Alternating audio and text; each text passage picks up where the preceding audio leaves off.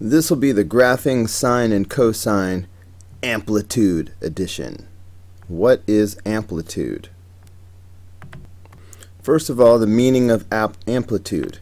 Here I'm about to graph the sine function on the graphing calculator. So if you take a look at it, this is what the sine function looks like. So as expected, it starts from 0 and then it has one repetition of the cycle. Alright, it goes up and down and back again, and it does this in 2 pi. Now let's talk about the amplitude. We know that for the sine function it has a maximum of 1 and a minimum of 1. So the amplitude is 1 because the amplitude is, let's see, can I draw on this screen? The amplitude is how far the graph changes from the midline. So here the x-axis is the midline. It goes up 1 and it goes down 1. So the amplitude is 1. The amplitude is always positive, right? It's how far it changes from the midline. Now in general, if I have y equals a times the sine of x, a is going to be the amplitude.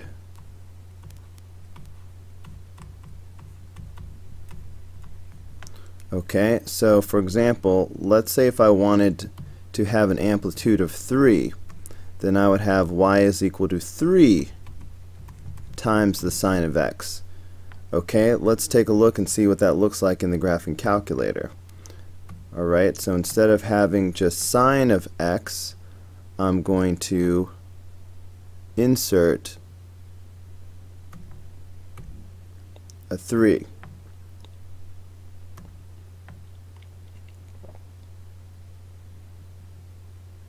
Okay, so take a look at that. Instead of just going up 1 and down 1 like it did before, now it's going up 3 and down 3. So again, you can see that the amplitude is right here. Alright, it's always a positive value, but this is your amplitude, and in this case the amplitude is 3. And you will also see the amplitude here. But we still consider it to be a positive number. So what do you think it'll do if I make the a value -2?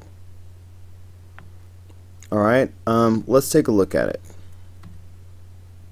So there's the parent function first. I'm including that for comparison. Now here is the new function. Alright, so two things happened. First of all, the amplitude has changed. So the amplitude, instead of being 1 like it was before, okay, the amplitude was 1, now the amplitude is 2. Okay, so the amplitude is 2. Again, it's a positive 2. But what did the negative sign do? Well, it turned it upside down. So whereas in places where it was above the x-axis, now it is below the x-axis. Alright, so if I have y is equal to -2, this is hard to write with, -2 sine of x, it's going to have two transformations. It's going to double the amplitude. Alright, it's going to go 2 up and 2 down, and it's going to flip it upside down because of the negative sign. Alright, so look at problem number 1. If I want to graph -3 sine theta. Alright, don't write this down, but first of all, let's remember what just y equals sine theta looks like. Alright, sine starts at 0, and then it completes its cycle at 2 pi. Alright, 2 pi is the period. So it goes up, and let's see, let's call this 1 right here. So it goes up to 1. You know, maybe I shouldn't do that because of what's coming next. So I better let 1 be 1. So if this is 1 and this is -1, it goes up to 1 at pi over 2, and it goes down to -1 at 3 pi over 2. So this is what the good old-fashioned, okay, I totally missed that point, but this is what the good old-fashioned sine function looks like. Alright, this is bothering me. OCD! So as I graph the y equals -3 sine theta, the amplitude needs to be 3, so it's going to go, it's going to reach a height of 3, and it's going to reach a minimum of -3. But because of the negative sign, it needs to be upside down. So instead of going up and then down, it's going to go down and then up. Alright, it's still going to have the same x-intercepts. So it's still going to start at 0, 0. It's still going to hit pi in the middle, and it's still going to end at 2 pi at the end of its period. Alright, but so it should look like this.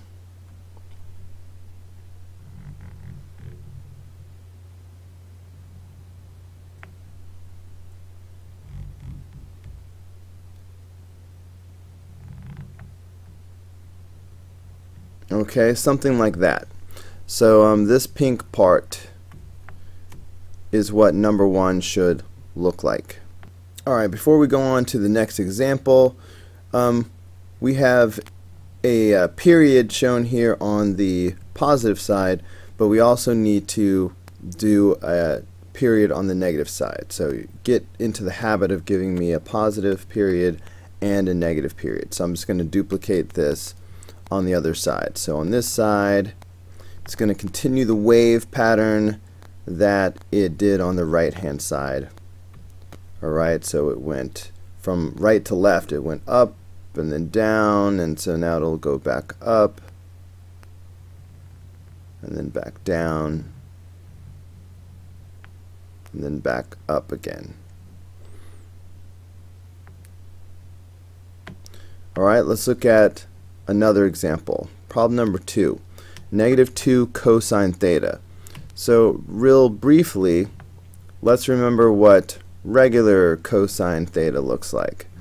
And again, if this is 1 and this is -1. Cosine, at 0, cosine starts off at 1. And it has a period of 2 pi, so it's going to go through its whole cycle and end up back at 1 again. But in the middle, it's going to go down to -1, and it'll have x-intercepts here and here. So the normal cosine function looks like this.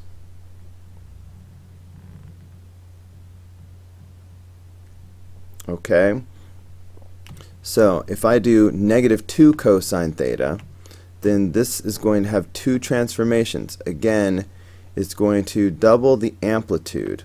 So instead of reaching a height of 1 and a minimum of -1, it's going to now reach a height of 2 and hit a minimum of -2. Okay? Alright, it's going to go up 2 and down 2 from the midline. But it's also going to be upside down because of the negative. So instead of starting off high, like it usually does, it's going to start off low. Alright, it's still going to have the same x-intercepts. Okay, so this is what the function should look like.